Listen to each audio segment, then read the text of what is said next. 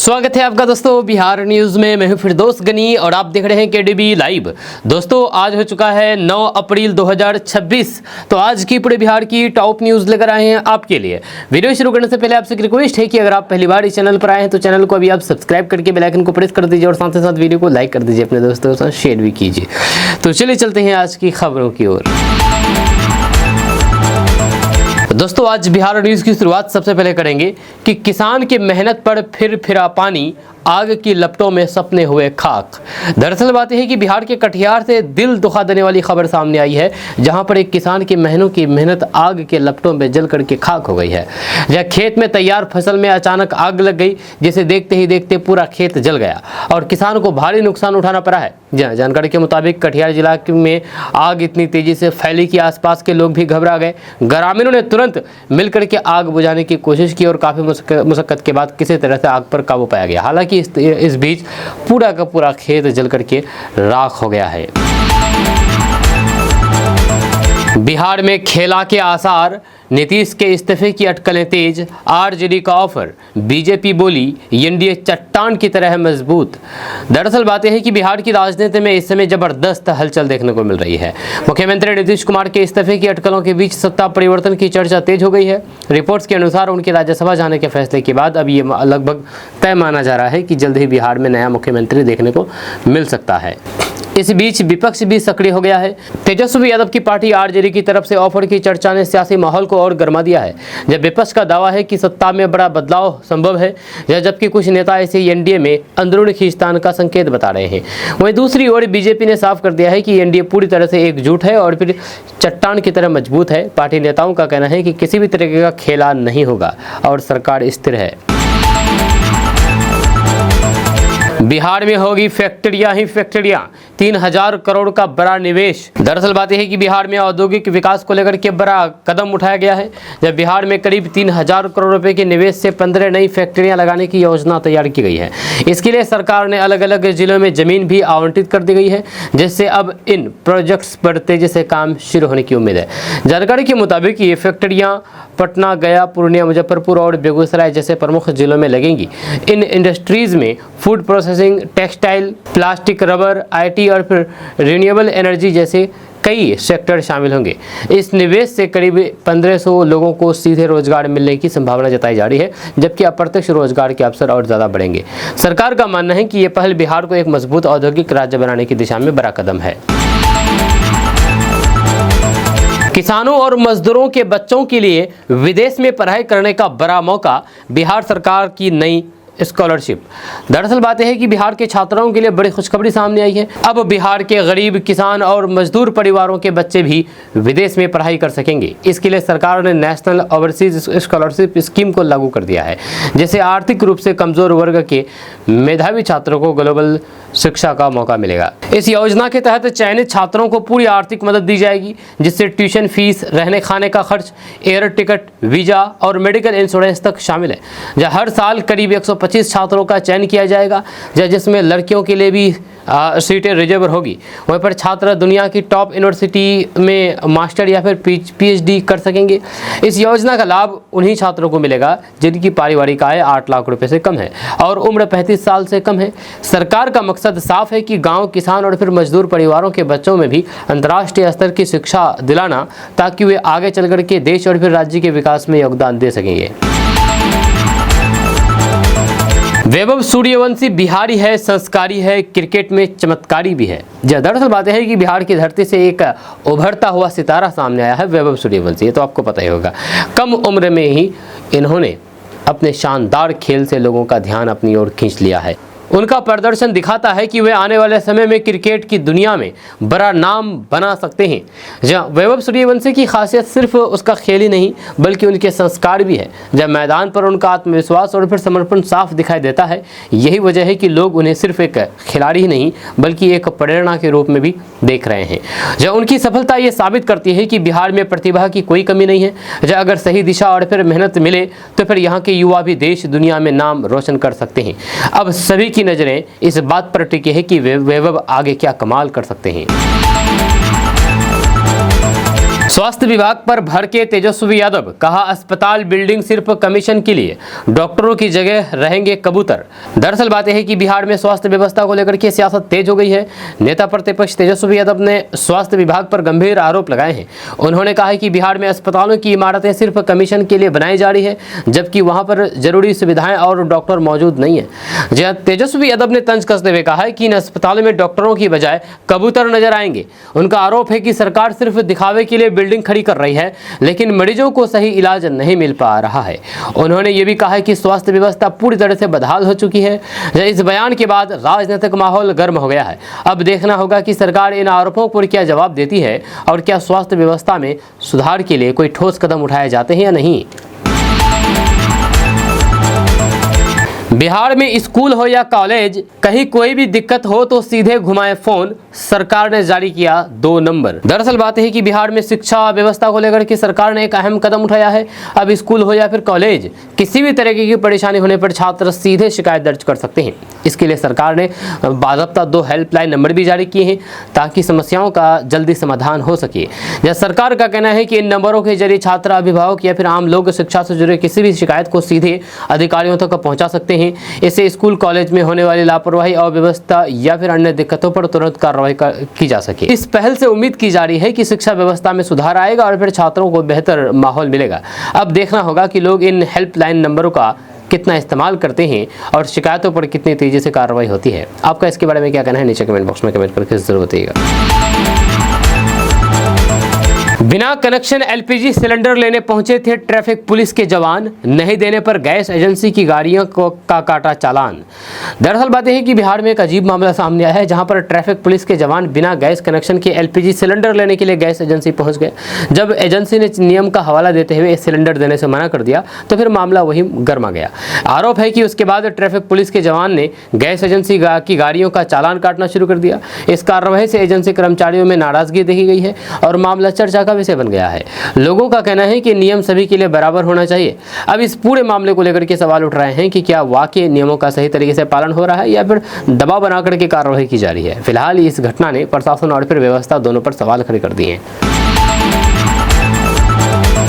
अब गोरखपुर से पश्चिम बंगाल 6 से 8 घंटे में होगा सफर। 37,500 करोड़ रुपए की लागत से बन रहा है एक्सप्रेसवे, बिहार के 8 जिलों से गुजरेगा। दरअसल बात है कि उत्तर भारत में कनेक्टिविटी को बेहतर बनाने के लिए एक बड़ा एक्सप्रेसवे प्रोजेक्ट तैयार हो रहा है। इस एक्सप्रेसवे के बनने के बाद गोरखपुर से पश्चिम बंगाल का सफर सिर्फ 6 से 8 घंटे में पूरा किया जा सकेगा, जिससे लोगों को काफ़ी सहूलियत मिलेगी। करीब 37,500 करोड़ रुपए की लागत से बन रहा ये एक्सप्रेसवे बिहार के 8 जिलों से होकर के गुजरेगा। इससे न सिर्फ यात्रा का समय कम होगा, बल्कि व्यापार और फिर परिवहन को भी बड़ा बढ़ावा मिलेगा। ये परियोजना क्षेत्र के विकास के लिए एक अहम कदम मानी जा रही है। इस एक्सप्रेसवे के तैयार होने के बाद यूपी, बिहार और पश्चिम बंगाल के बीच कनेक्टिविटी और मजबूत होगी। साथ ही साथ रोजगार और फिर आर्थिक गतिविधियों में भी तेजी आने की उम्मीद जताई जा रही है। अब एलपीजी गैस सिलेंडर के लिए नहीं रुकेगी शादी, भोज के लिए मिलेगा सिलेंडर, बिहार सरकार की नई गाइडलाइंस जारी। दरअसल बात है कि बिहार में शादी विवाह और फिर बड़े आयोजनों को लेकर के सरकार ने एक अहम फैसला लिया है। अब एलपीजी सिलेंडर की कमी के कारण किसी भी शादी या फिर भोज कार्यक्रम में रुकावट नहीं आएगी। सरकार ने इसके लिए बाज़ाब्ता स्पष्ट गाइडलाइंस जारी कर दिया है ताकि लोगों को समय पर गैस सिलेंडर मिल सके और फिर उन्हें किसी तरह की परेशानी का सामना न करना पड़े।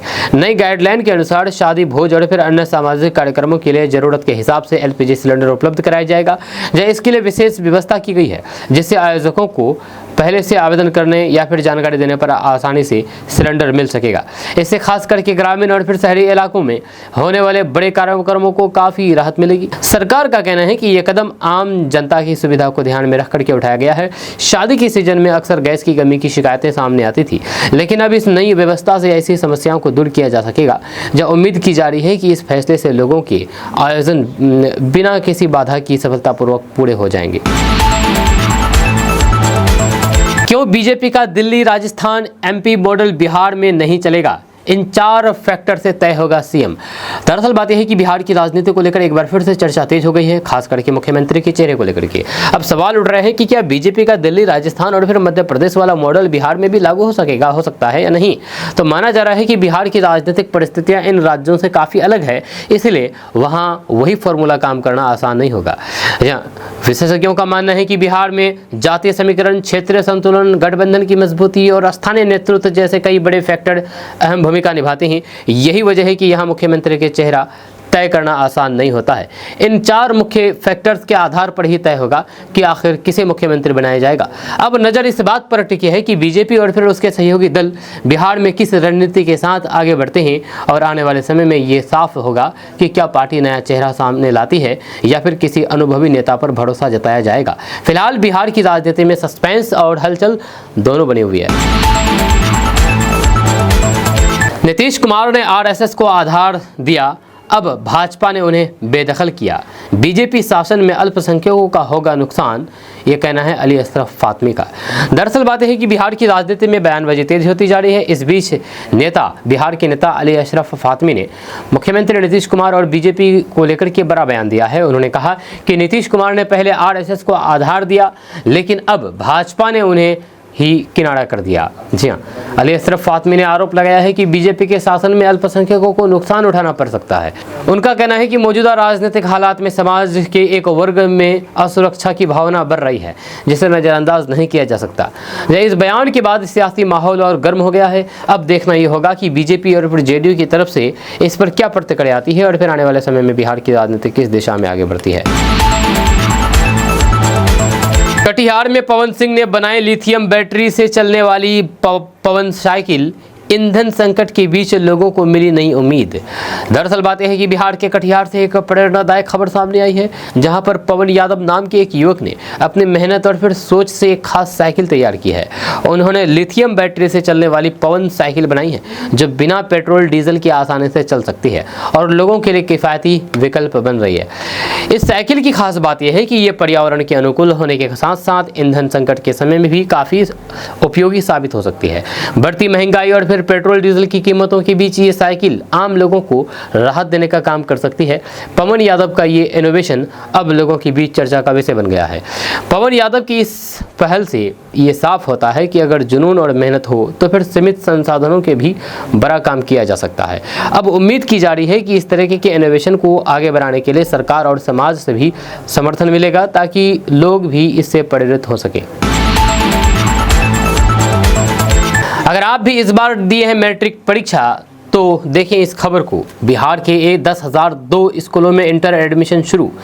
दरअसल बात है कि बिहार में 11वीं यानी कि इंटर एडमिशन की प्रक्रिया शुरू हो गई है। इस बार बिहार के कुल 10,002 स्कूल और फिर कॉलेजों में नामांकन होगा, जहां पर छात्र आर्ट्स, साइंस और फिर कॉमर्स स्ट्रीम में एडमिशन ले सकेंगे। ये पूरी प्रक्रिया OFSS यानी कि ऑनलाइन फैसिलिटी सिस्टम के जरिए होगी, जिसे छात्र घर बैठे ही आवेदन कर सकते हैं। यह छात्र अपने जिले के हिसाब से स्कूल और फिर सीटों की जानकारी भी ऑनलाइन देख सकते हैं। इसके लिए OFSS पोर्टल पर जाकर के कॉलेज और फिर स्ट्रीम के अनुसार सीटों की पूरी लिस्ट उपलब्ध कराई गई है। इस साल करीब 17,05,000 सीटों पर एडमिशन शुरू होने की संभावना है, जिससे बड़ी संख्या में छात्रों को मौका मिलेगा। एडमिशन प्रक्रिया पूरी तरह मेरिट बेस्ड होगी, यानी कि 10वीं के अंकों के आधार पर चयन किया जाएगा। बोर्ड की तरफ से 3 मेरिट लिस्ट जारी की जाएगी, जिसके जरिए छात्रों को स्कूल और फिर स्ट्रीम अलॉट किए जाएंगे। ऐसे में छात्रों को सलाह दी गई है कि वे समय पर आवेदन करें और फिर वेबसाइट पर अपडेट चेक करते रहें। 3 घंटे में पहुंचेंगे पटना से पूर्णिया, NE9 की अड़चनें दूर। दरअसल बात है कि पटना से पूर्णिया के बीच एक्सप्रेस वे बनने जा रही है, जहाँ इसके बनने के बाद पटना से पूर्णिया का सफर करीब 3 घंटे में पूरा हो सकेगा, जो अभी काफ़ी ज़्यादा समय लेता है। जानकारी के मुताबिक ये एक्सप्रेस वे बिहार के 8 जिलों को आपस में जुड़ेगा, जिससे उत्तर और फिर पूर्वी बिहार की कनेक्टिविटी काफ़ी मजबूत होगी। जमीन अधिग्रहण और फिर तकनीकी बाधाओं को दूर करने के बाद अब निर्माण कार्य में तेजी आने की उम्मीद है। ये परियोजना व्यापार, परिवहन और फिर क्षेत्रीय विकास के लिए बेहद अहम मानी जा रही है। वहीं पर सरकार का मानना है कि इस एक्सप्रेसवे के बनने से न सिर्फ यात्रा आसान होगी, बल्कि आर्थिक गतिविधियों को भी बड़ा बढ़ावा मिलेगा। खास करके सीमांचल क्षेत्र के लोगों को इसका सीधा फायदा मिलेगा और फिर ये सड़क बिहार के विकास में गेम चेंजर साबित हो सकती है। बिहार में किसानों के लिए चल रही प्रमुख योजनाएं, जाने किसमें कितना फायदा। दरअसल बात यह है कि बिहार सरकार किसानों के लिए कई तरह की योजनाएं चला रही है, जिनका मकसद उनकी आय बढ़ाना और फिर नुकसान से बचाना है। सबसे प्रमुख योजना फसल सहायता योजना है, जिसमें प्राकृतिक आपदा से फसल खराब होने पर किसानों को 75 से 10,000 रुपये हेक्टेयर तक मुआवजा मिलता है। इसके अलावा कृषि इनपुट अनुदान योजना के तहत किसानों को खेती के लिए खर्च के लिए 8,500 से 17,000 प्रति हेक्टेयर तक सहायता दी जाती है। वहीं पर दूसरी ओर सरकार खेती को आधुनिक बनाने पर भी जोर दे रही है। जब कृषि यंत्रीकरण योजना के तहत ट्रैक्टर, उपकरण और फिर मशीनों पर सब्सिडी दी जाती है। वहीं पर बागवानी और फिर नर्सरी योजना में किसानों को 50% तक अनुदान मिलता है, जिससे वे फल फूल या फिर पौधों का व्यवसाय शुरू कर सकते हैं। इसके अलावा सूक्ष्म सिंचाई और फिर अन्य सुविधाओं के जरिए पानी की बचत और फिर उत्पादन बढ़ाने पर भी फोकस है। इस महीने शुरू होगी नई गंगा रेल पुल, यात्रियों को मिलेगा बड़ी राहत। दरअसल बात यह है कि बिहार में कनेक्टिविटी को लेकर के बड़ी खबर सामने आई है। बिहार में गंगा नदी पर बना नया रेल पुल यानी कि रेलवे ब्रिज जल्द शुरू होने वाला है, जिससे उत्तर और फिर दक्षिण बिहार के बीच आवागमन और आसान हो जाएगा। इस पुल के चालू होते ही यात्रियों को लंबा चक्कर लगाने की जरूरत नहीं पड़ेगी और फिर सफर काफी तेज हो जाएगा। जानकारी के मुताबिक इस तरीके के गंगा रेल पुलों का मुख्य उद्देश्य दोनों किनारों के जिलों को सीधे जोड़ना और फिर ट्रेनों की आवाजाही बढ़ाना है।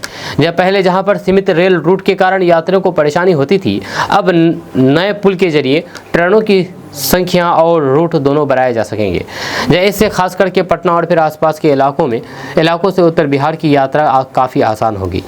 इस नई सुविधा का सबसे बड़ा फायदा ये होगा कि यात्रा समय कम होगा, भीड़ कम होगी और फिर व्यापार और फिर रोजगार को भी बढ़ावा मिलेगा। कुल मिलाकर के ये गंगा रेल पुल सिर्फ एक प्रोजेक्ट नहीं, बल्कि बिहार के इंफ्रास्ट्रक्चर और कनेक्टिविटी को नई दिशा देने वाला बड़ा कदम साबित होने वाला है। बिहार के अस्पतालों में डॉक्टर रुई और सुई नहीं, कहीं दवा नहीं तो बेड नहीं, तेजस्वी यादव बोले मंगल दोष से ग्रसित स्वास्थ्य विभाग।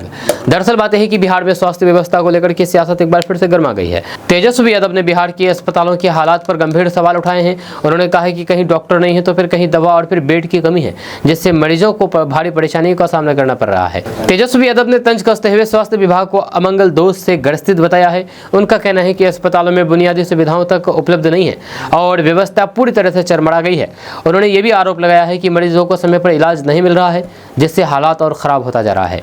वहीं पर इस बयान के बाद राजनीतिक माहौल और गर्म हो गया है। जब पहले भी स्वास्थ्य सेवाओं को लेकर के विपक्ष सरकार पर निशाना साधता रहा है और अब इस मुद्दे ने फिर तुल पकड़ लिया है। अब देखना होगा कि सरकार इन आरोपों पर क्या जवाब देती है और स्वास्थ्य व्यवस्था को सुधारने के लिए क्या कदम उठाए जाते हैं। आपका इसके बारे में क्या कहना है? बिहार में सरकारी कर्मचारियों को बड़ा झटका, अब पूरी सर्विस में सिर्फ एक बार दे पाएंगे प्रतियोगी परीक्षा। आखिर ऐसा क्यों हुआ? दरअसल बात यह है कि बिहार सरकार ने सरकारी कर्मचारियों के लिए एक बड़ा और फिर सख्त नियम लागू कर दिया है। अब कोई भी कर्मचारी अपनी पूरी सेवा अवधि में सिर्फ एक बार ही किसी दूसरी प्रतियोगी परीक्षा में बैठ सकेंगे। अगर कोई इससे ज़्यादा बार परीक्षा देना चाहता है तो फिर इससे पहले अपनी नौकरी से इस्तीफा देना होगा। इस फैसले के पीछे सरकार का तर्क है कि कर्मचारी बार बार परीक्षाओं की तैयारी और फिर एग्जाम देने के कारण अपने काम पर पूरा ध्यान नहीं दे पाते हैं, जिससे सरकारी कामकाज प्रभावित होता है और विभागों में काम की रफ्तार धीमी पड़ जाती है। इसीलिए इस समस्या को खत्म करने के लिए इस तरह की व्यवस्था लागू की गई है। बिहार बोर्ड 10वीं कंपार्टमेंटल परीक्षा के लिए रजिस्ट्रेशन की लास्ट डेट आगे बढ़ी, अब 10 अप्रैल तक अप्लाई करें स्टूडेंट। आपको बता दूं कि बिहार बोर्ड छात्रों के लिए बड़ी राहत वाली खबर सामने आई है। 10वीं कंपार्टमेंटल यानी कि अगर आप 10वीं परीक्षा में फेल हो गए हैं, अब इसके लिए आप दोबारा एग्जाम दे सकते हैं। इसके लिए रजिस्ट्रेशन की आखिरी तारीख बढ़ा दी गई है। अब छात्र कल 10 अप्रैल तक आवेदन कर सकते हैं, यानी कि आज और कल आपके पास समय है, जिससे उन छात्रों को अतिरिक्त समय मिलेगा जो किसी कारण से पहले आवेदन नहीं कर पाए थे। बोर्ड की ओर से यह फैसला लिया गया है ताकि ज़्यादा से ज़्यादा छात्र इस मौके का फ़ायदा उठा सके। कंपार्टमेंटल परीक्षा उन छात्रों के लिए अहम होती है जो एक या फिर 2 विषय में पास नहीं हो पाते हैं और अपना साल बचाना चाहते हैं। आमतौर पर ये परीक्षाएं कई महीनों में आयोजित की जाती है। जहाँ छात्रों को सलाह दी गई है कि वे बिना देर किए जल्द से जल्द आवेदन प्रक्रिया पूरी कर लें। ये उनके लिए दूसरा मौका है अपने रिजल्ट को सुधारने का। नीतीश कुमार के पास 4 साल से है बीजेपी मंत्रियों की कुंडली, धोखा मिला तो छोड़ सकते हैं सांसदी। दरअसल बात यह है कि बिहार की राजनीति में एक बार फिर से हलचल तेज हो गई है। मुख्यमंत्री नीतीश कुमार को लेकर के दावा किया जा रहा है कि उनके पास पिछले 4 साल से बीजेपी मंत्रियों की पूरी कुंडली यानी कि राजनीतिक और व्यक्तिगत जानकारी मौजूद है। कहा जा रहा है कि अगर उन्हें किसी तरीके का धोखा मिलता है तो फिर वे बड़ा कदम उठाते हुए अपनी संसद तक छोड़ सकते हैं। दरअसल बिहार में इन दिनों सत्ता परिवर्तन और फिर नए मुख्यमंत्री को लेकर के लगातार चर्चा हो रही है।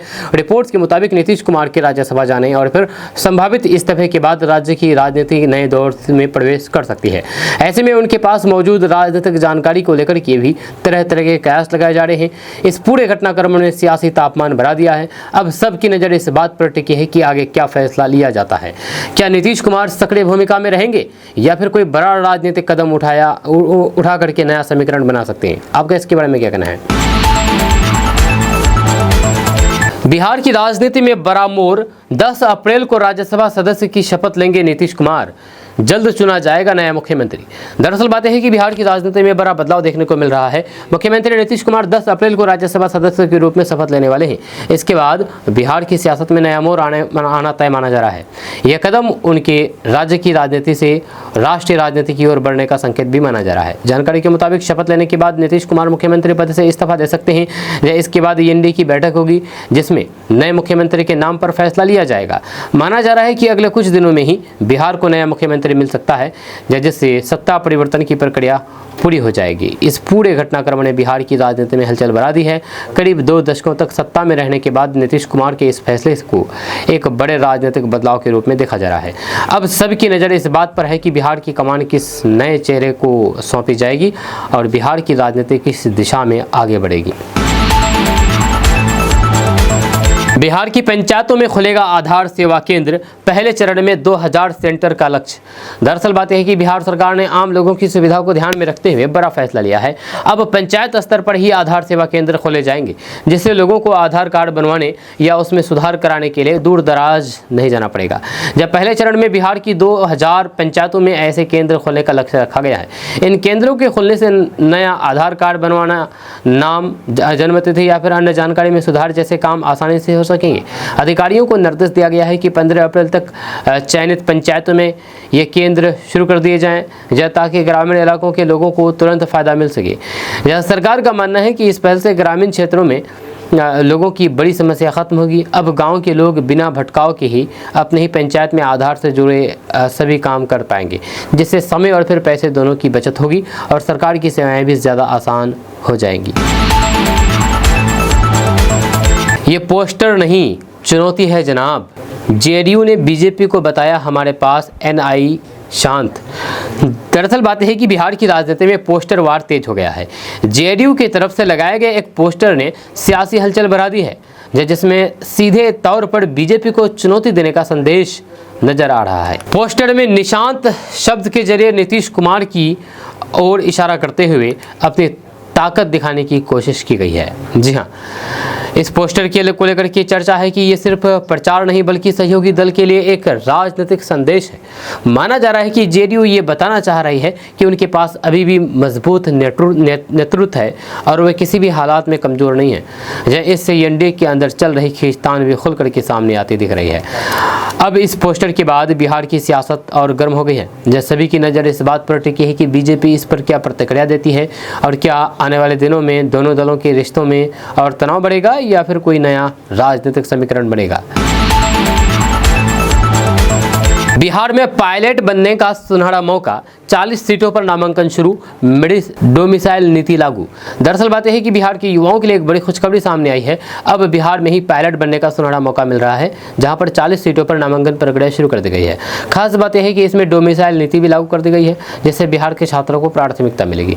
इस योजना के तहत चयनित छात्रों को पायलट ट्रेनिंग दी जाएगी, जिससे वे एविएशन सेक्टर में अपना कैरियर बना सकेंगे। जब पहले जहाँ पर इस तरह की ट्रेनिंग के लिए बाहर जाना पड़ता था, अब बिहार में ही ये सुविधा मिलने से युवाओं का सपना पूरा करना आसान हो जाएगा। यह सरकार का मानना है कि इस पहल से राज्य के यानी कि बिहार के युवाओं को नए अवसर मिलेंगे और रोजगार के नए रास्ते खुलेंगे। अब देखना होगा कि कितने छात्र इस मौके का फायदा उठाते हैं और भविष्य में बिहार के कितने नए पायलट तैयार होते हैं। बारिश और आंधी ने तोड़ दी किसानों की कमर, अभी भी मदद की राह ताकते बिहार के अन्नदाता। दरअसल बात यह है कि बिहार में बेमौसम बारिश और तेज आंधी ने किसानों की हालात खराब कर दी है। जब कई इलाकों में फसलें पूरी तरह से बर्बाद हो गई है, जिससे किसानों को भारी नुकसान उठाना पड़ा है। जब मेहनत और फिर उम्मीदों से भरी खेती कुछ ही घंटों में तबाह हो गई है, जिससे अन्नदाता परेशान नजर आ रहे हैं। जब किसानों का कहना है कि उनकी फसलें तैयार थी, लेकिन अचानक आई बारिश और फिर आंधी ने सब कुछ खत्म कर दिया।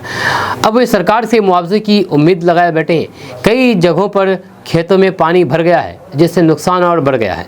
फिलहाल किसान राहत और फिर सहायता का इंतजार कर रहे हैं। उनका कहना है कि अगर जल्द मदद नहीं मिली तो फिर उनकी आर्थिक स्थिति और बिगड़ सकती है। अब देखना होगा कि सरकार इस संकट से उबरने के लिए क्या कदम उठाती है और किसानों को कितनी जल्दी राहत मिलती है। सीएम नीतीश कुमार ने 4,954 एएनएम को सौंपे नियुक्ति पत्र, स्वास्थ्य व्यवस्था को मिली नई मजबूती। दरअसल बात यह है कि बिहार में स्वास्थ्य व्यवस्था को मजबूत करने की दिशा में बड़ा कदम उठाया गया है। मुख्यमंत्री नीतीश कुमार ने 4,954 एएनएम को नियुक्ति पत्र सौंपे हैं, जिससे बिहार के अस्पतालों और फिर स्वास्थ्य केंद्रों में सेवाएं और बेहतर होने की उम्मीद है। इन नई नियुक्तियों के बाद खास करके ग्रामीण इलाकों में स्वास्थ्य सेवाओं को काफ़ी मजबूत मिलेगी। एएनएम की भूमिका मातृत्व और फिर शिशु स्वास्थ्य सेवाओं में बेहद अहम होती है। ऐसे में इनकी संख्या बढ़ने से लोगों को समय पर इलाज और फिर देखभाल मिल सकेगी। सरकार का कहना है कि ये कदम स्वास्थ्य सुविधाओं को जमीनी स्तर पर मजबूत बनाने के लिए उठाया गया है।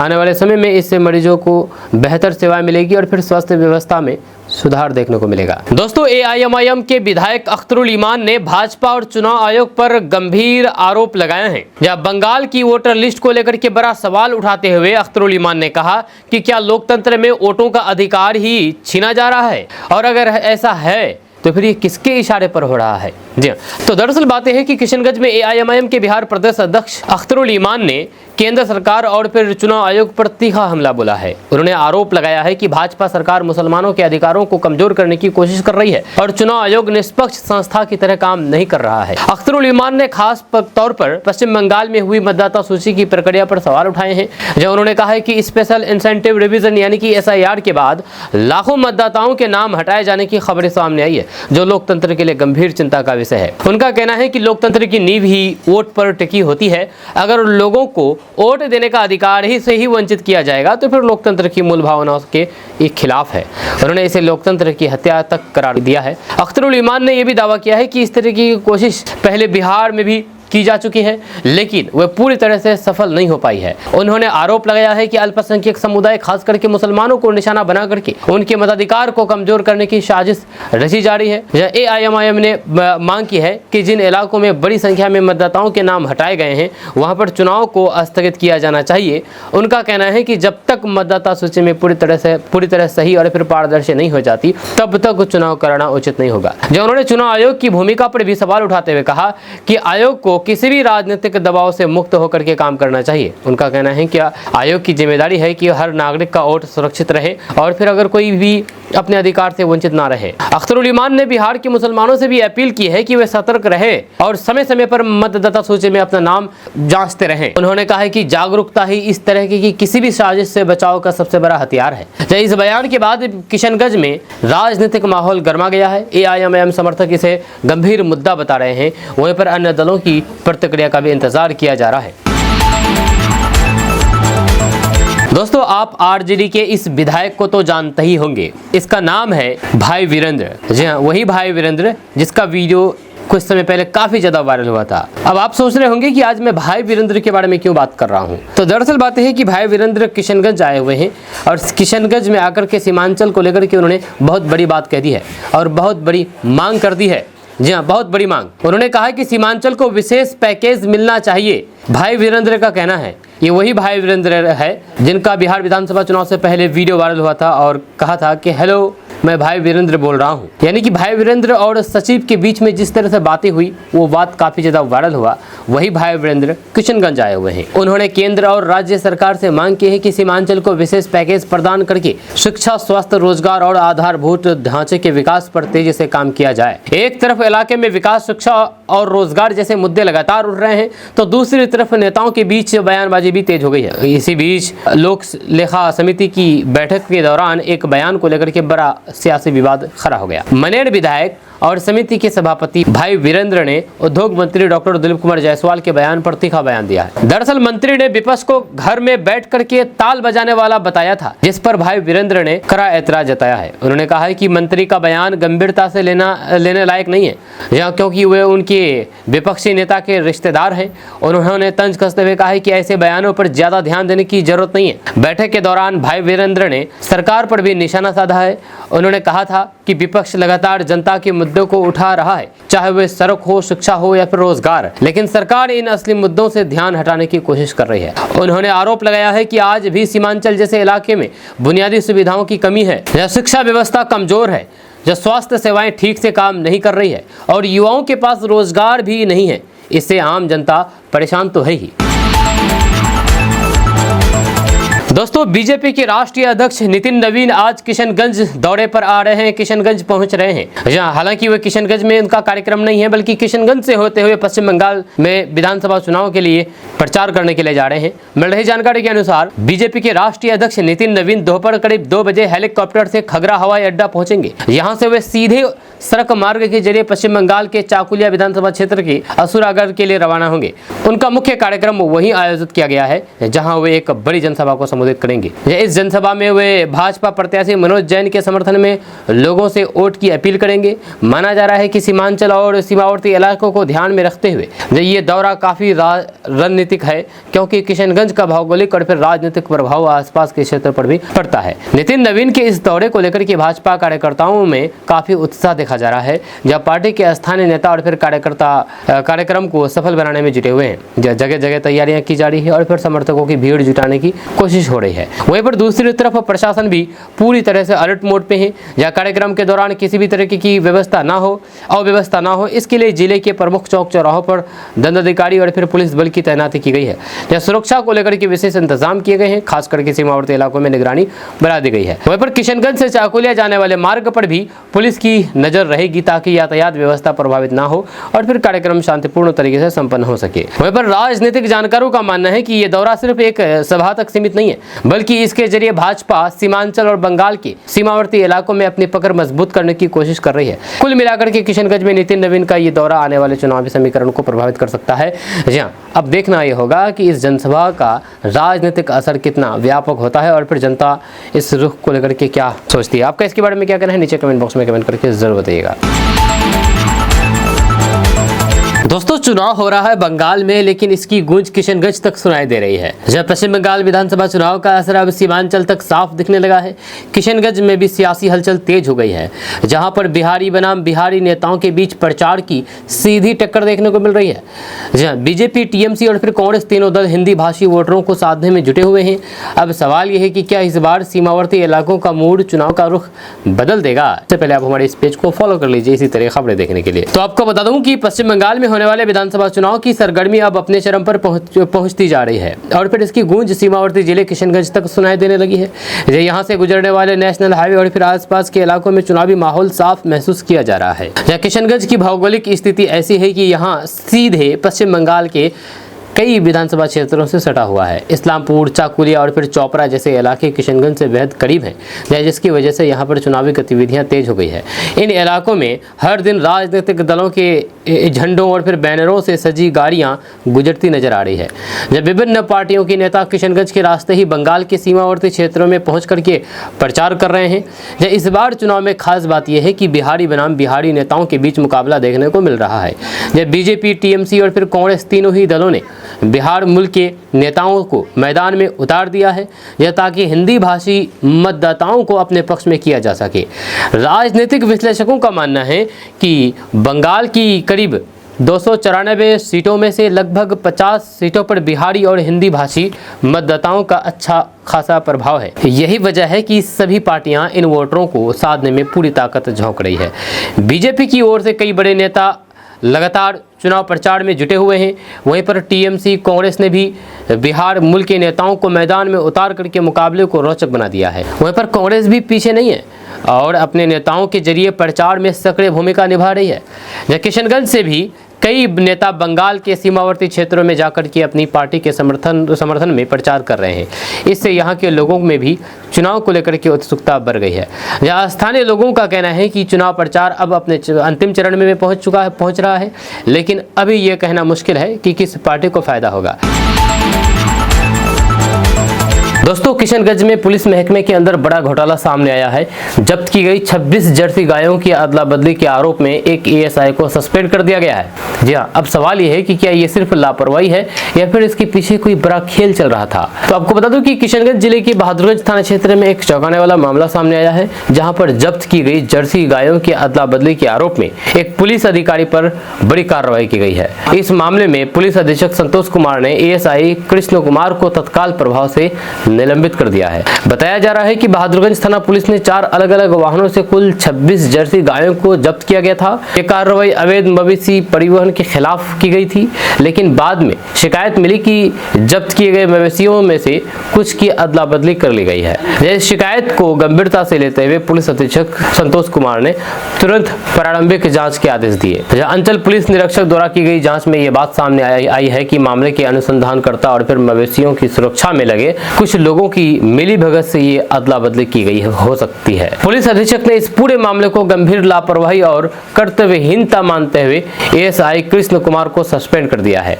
साथ ही साथ उन्हें सामान्य जीवन भत्ता पर रखा गया है और 5 दिनों के भीतर अपना स्पष्टीकरण देने का निर्देश दिया गया है। इसके अलावा अनुमंडल पुलिस पदाधिकारी मंगलेश कुमार सिंह को इस पूरे मामले की विस्तार से जाँच करने का आदेश दिया है, जहाँ उन्हें 3 दिनों के भीतर अपनी रिपोर्ट सौंपनी होगी ताकि सच्चाई सामने आ सके।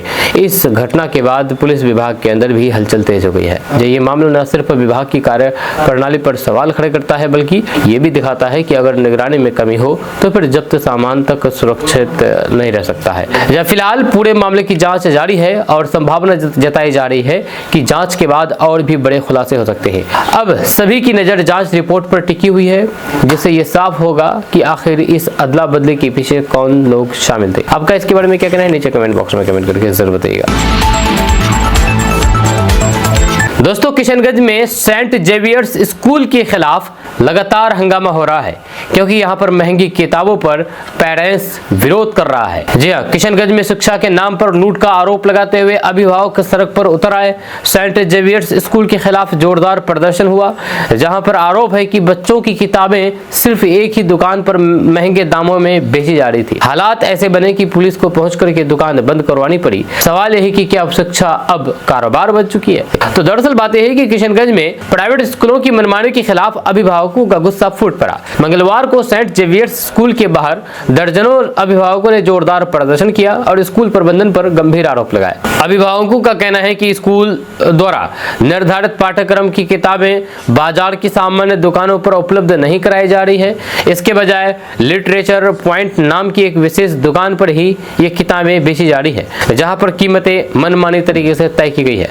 प्रदर्शन कर रहे अभिभावकों ने आरोप लगाया है कि उन्हें मजबूर किया जा रहा है कि वे इसी दुकान से महंगे दामों पर किताबें खरीदें। जब कुछ लोगों ने दुकानदार पर दुर्व्यवहार करने का भी आरोप लगाया है। अभिभावकों के मुताबिक ये कई दिनों से इस समस्या को लेकर के स्कूल प्रशासन से शिकायत कर रहे थे, लेकिन उनकी बातों को नजरअंदाज किया गया। इससे नाराज होकर के आखिरकार सड़क पर उतरना पड़ा। प्रदर्शनकारियों ने साफ कहा है कि शिक्षा के नाम पर इस तरीके का शोषण बर्दाश्त नहीं किया जाएगा। जब उनका कहना है कि स्कूल किताबों की सप्लाई पर एकाधिकार बनाकर के अभिभावकों पर आर्थिक दबाव डाल रहा है, जो पूरी तरह से गलत है। हंगामे की सूचना मिलते ही टाउन थाना पुलिस मौके पर पहुंची और स्थिति को संभाला।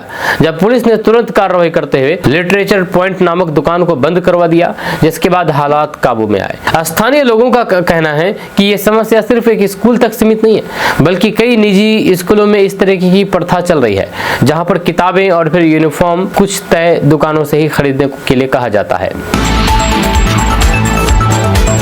दोस्तों, किशनगंज में फर्जी कंपनी द्वारा 81 लाख रुपए की ठगी का मामला सामने आया है। मुख्य सरगना दार्जिलिंग से गिरफ्तार हुआ है। जहां किशनगंज में निवेश के नाम पर बड़ा खेल चल रहा था, लोगों से लाखों रुपए ठगे गए और आरोपी फरार हो गया।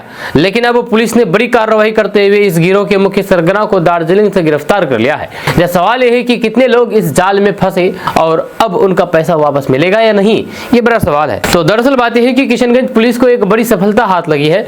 फर्जी निवेश कंपनी बना करके लोगों से लाखों रुपए ठगने वाले गिरोह के मुख्य सरगना अफजल अहमद को पश्चिम बंगाल के दार्जिलिंग से गिरफ्तार किया गया है। पुलिस के अनुसार आरोपी ने साल 2022 में बहादुरगंज अस्पताल रोड पर फास्ट वर्ल्ड निधि लिमिटेड नाम से एक कंपनी खोली थी। इस कंपनी के जरिए लोगों को अधिक ब्याज का लालच दिया गया और धीरे धीरे उनसे किश्तों में पैसा जमा कराया गया। बताया जा रहा है कि आरोपी ने कुल मिलाकर के करीब 81 लाख रुपए की ठगी की और इसके बाद फरार हो गया था। जब लोगों को ठगी का एहसास हुआ तो उन्होंने पुलिस में शिकायत दर्ज कराई। इस मामले में देगल बैंक थाना में प्राथमिकी दर्ज की गई है, जिसके बाद पुलिस अधीक्षक के निर्देश पर एक विशेष टीम का गठन किया गया। एसडीपीओ मंगलेश कुमार सिंह के नेतृत्व में बनी इस टीम ने तकनीकी और फिर स्थानीय सूचना के आधार पर आरोपी की तलाश शुरू की है। लगातार प्रयास के बाद पुलिस ने आरोपी को दार्जिलिंग जिले के बतासिया थाना क्षेत्र के जोर बंगला से गिरफ्तार किया है। गिरफ्तारी के बाद उसे किशनगंज लाया गया और न्यायिक हिरासत में भेज दिया गया। पुलिस जांच में यह भी सामने आया है कि अफजल अहमद के खिलाफ पहले से ही कई आपराधिक मामले दर्ज हैं। किशनगंज के अलग अलग थानों में उसके खिलाफ चोरी, ठगी और गबन के 6 से अधिक केस पहले से ही मौजूद है। अब पुलिस इस मामले में ठगी की गई रकम की बरामदगी और फिर गिरोह के अन्य सदस्यों की तलाश में जुट गई है। लगातार छापेमारी की जा रही है ताकि पूरे नेटवर्क को खत्म किया जा सके। जब पुलिस अधीक्षक ने आम लोगों से अपील की है कि किसी भी निवेश योजना में पैसा लगाने से पहले उसकी पूरी जांच करें और लालच में आकर के पैसा निवेश ना करें।